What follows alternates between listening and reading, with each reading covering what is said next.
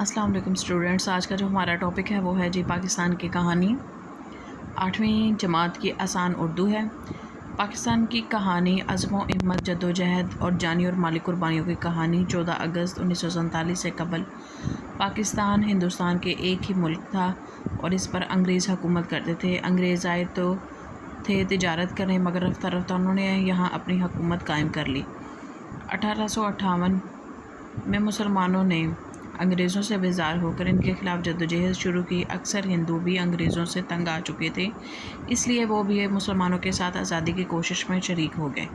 انگریزوں نے اپنی حکومت کو بچانے کے لیے طاقت اور سازش دونوں کا استعمال کیا۔ مسلمانوں کو اس وقت کوئی ایسا رہنما نہ مل سکا جو ایک جھنڈے تلے اکٹھا کرتا، اور نہ ہی ان کے پاس نئے قسم کے ہتھیار تھے، اس لیے وہ آزادی کی اس جنگ میں کامیاب نہ ہو سکے۔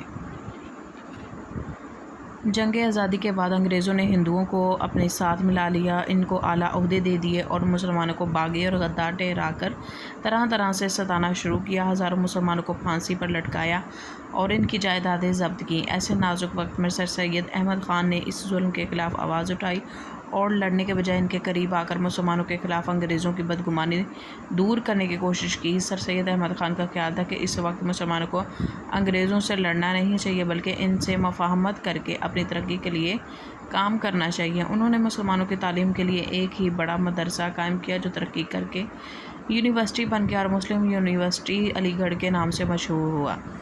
1885 میں ہندوستان کے لوگوں کو مناسب حقوق دلانے کے لیے ایک انگریز لارڈ ہیوم نے انڈین نیشنل کانگریس کے نام سے ایک جماعت بنائی۔ اس جماعت میں ہندو اور مسلمان دونوں شامل ہو گئے۔ کانگریس کے رہنما زیادہ تر ہندو تھے، انہیں ہندوؤں کے فائدے کا زیادہ خیال تھا۔ اس بات سے مسلمان ناراض ہو گئے۔ کانگریس میں ہندوؤں کا غلبہ دیکھ کر 1906 میں چند مخلص مسلمان رہنما نے مسلم لیگ کے نام سے ایک الگ سیاسی جماعت قائم کی۔ قائد اعظم رحمۃ اللہ علیہ شروع میں کانگریس میں شامل تھے۔ ہندوؤں کی ہٹ درمی اور ناانصافی دیکھ کر وہ کانگریس سے علیحدہ ہو کر مسلم لیگ میں شامل ہو گئے۔ قائد اعظم نے مسلم لیگ کی اصلاح کی اور اسے طاقتور بنایا۔ انہوں نے مسلمانوں سے اپیل کی کہ وہ اس جماعت میں زیادہ سے زیادہ تعداد میں شامل ہوں اور اس کے منصوبوں کو کامیاب بنانے کی کوشش کریں تاکہ مسلمانوں کے حقوق کی حفاظت کی جا سکے۔ 1930 میں ہندوستان کے شہر الہ آباد میں مسلم لیگ کا سالانہ جلسہ ہوا۔ مسلمانوں کے مشہور فلسفی، شاعر اور رہنما علامہ اقبال نے صدارت کی۔ آپ نے فرمایا، میری نگاہ میں ہندو اور مسلمانوں کے باہمی جھگڑوں کا حل صرف یہ ہے کہ جن علاقوں میں مسلمانوں کی اکثریت ہے ان کو ملا کر ایک آزاد مملکت بنا دی جائے، جہاں مسلمان اپنے مذہب، اپنی روایات اور تہذیب و تمدن کے مطابق زندگی گزار سکیں۔ 22 مارچ 1940 کو مسلم لیگ کا سالانہ اجلاس لاہور میں ہوا، جس کی صدارت قائد اعظم محمد علی جناح نے فرمائی۔ اس اجلاس میں جو تجویز منظور ہوئی وہ پہلے قرارداد لاہور اور بعد میں قرارداد پاکستان کے نام سے مشہور ہوئی۔ اس قرارداد میں علامہ اقبال کی تجویز کو ایک عملی صورت میں پیش کیا گیا تھا اور ہندوستان میں مسلمانوں کی اکثریت والے علاقوں کو ہندوستان سے الگ ملک بنانے کا مطالبہ کیا گیا تھا۔ یہ مطالبہ جنوبی ایشیا، ہندوستان کے مسلمانوں کے دل کی آواز بن گیا۔ کانگریس اور انگریز دونوں شروع میں اس تقسیم کے خلاف تھے، لیکن انہیں مسلمانوں کی اکثریت کی رائے کے آگے جھکنا پڑا۔ ہندوستان تقسیم کر دیا گیا۔ بنگال کے مشرقی حصے، پنجاب کے مغربی حصے، سندھ، خیبر پختونخوا اور بلوچستان کے صوبوں میں مسلمان کی اکثریت میں تھے۔ یہاں مسلمانوں کا نیا وطن پاکستان وجود میں آیا۔ اس طرح جنوبی ایشیا کے مسلمانوں نے اپنے لیے ایک آزاد مملکت حاصل کی تاکہ وہ اسلام کے زرعی اصولوں کے مطابق زندگی بسر کر سکیں۔ مشق ہے، پھر اس کی وہ کور کریں گے۔ اس مشق کے جو سوال ہیں وہ ہیں 9۔ حصہ الف میں جو سوال ہیں وہ 9 ہیں۔ پہلے سوال کا جواب یہاں سے لے کے یہاں تک ہے،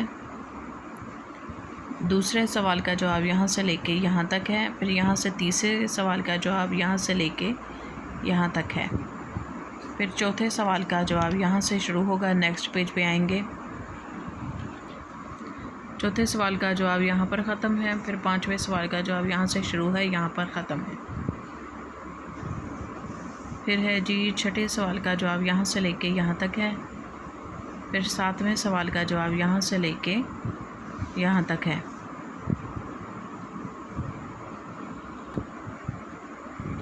8ویں سوال کا جواب یہاں سے لے کے یہاں تک ہے.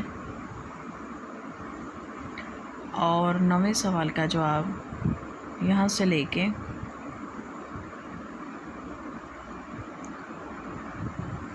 نیکسٹ پیج پہ آئیں گے. یہاں تک ہے 9ویں سوال کا جواب. یہاں پر ختم ہو رہا ہے. حصہ الف کمپلیٹ ہوا. پھر ہے جی حصہ بے. ان الفاظ کے معنی لکھے. عزم کہتے ہیں ارادے کو، قبل کہتے ہیں پہلے، سازش باغی وہ جو مطلب کسی کی بات نہ مانے، غدار ضبط کرنا مطلب کسی چیز کو یا اپنے غصے کو ضبط کرنا، بدگمانی، حقوق، مخلص، ہٹ دھرمی، اصلاح، منصوبہ، تہذیب و تمدن، مطالبہ، زرعی، اصول. پھر ہے جی نیکسٹ جو ہے حصہ جیم ہے. اس سبق میں سے ذیل کے الفاظ کی ازداد تلاش کیجیے. ازداد کہتے ہیں ضد کی جمع ہے ازداد. پھر ہے جی غلامی کا مطلب آزادی ہے. صلح لڑائی، ناکام کامیاب، وفادار بے وفا. ٹھیک ہے. انصاف ناانصاف، خوش اداس، کمزور توانا، اقلیت اکثریت. ٹھیک ہے. پھر ہے حصہ دال. مندرجہ ذیل جملوں پر صحیح یا غلط کا نشان لگائیے. پاکستان کے مسلمانوں نے جانی اور مالی قربانیاں دیں، یہ درست ہے. جنگ آزادی کے بعد انگریز حکومت نے مسلمانوں کو اعلیٰ عہدے دیے، یہ غلط ہے. پھر ہے جی انڈین نیشنل کانگریس میں ہندو اور مسلمان برابر کے شریک تھے، درست ہے. ہندوؤں کی ہٹ درمی کی وجہ سے قائد اعظم کانگریس سے علیحدہ ہو گئے. قرارداد لاہور 1930 میں منظور کی گئی، غلط. دیے ہوئے الفاظ سے خالی جگہوں کو پر کیجیے. رفتہ رفتہ غلبہ، قربانیاں اور مخلص اور باغی. پہلے میں قربانیاں آئے گا، دوسرے میں رفتہ رفتہ، تیسرے میں باغیوں، چوتھے میں آئے گا غلبہ اور 5ویں میں آئے گا مخلص. پھر ہے جی یہاں پر حصہ الف کے ہر جزو کے ساتھ حصہ بے کا موضوع جز لگا کر جملہ بنائیے. پھر یہاں پر میں نے نمبرنگ مینشن کر دی ہے جو کہ آپ کے لیے آسانی ہوگی. اسٹوڈنٹس یہاں پر ہمارا لیسن اور اس کی فل ایکسرسائز جو میں نے یہاں آپ کو کور کروائی ہے وہ یہاں پر ختم ہو رہی ہے، جو کہ آپ کے لیے بہت ہیلپ فل ہوگی. آپ میرے چینل کو زیادہ سے زیادہ اسٹوڈنٹس لائک کریں، شیئر کریں، سبسکرائب کریں اور کامنٹس کرنا مت بھولیے گا. ملتے ہیں اگلی ویڈیو میں، تب تک مجھے دیجیے اجازت. اللہ حافظ.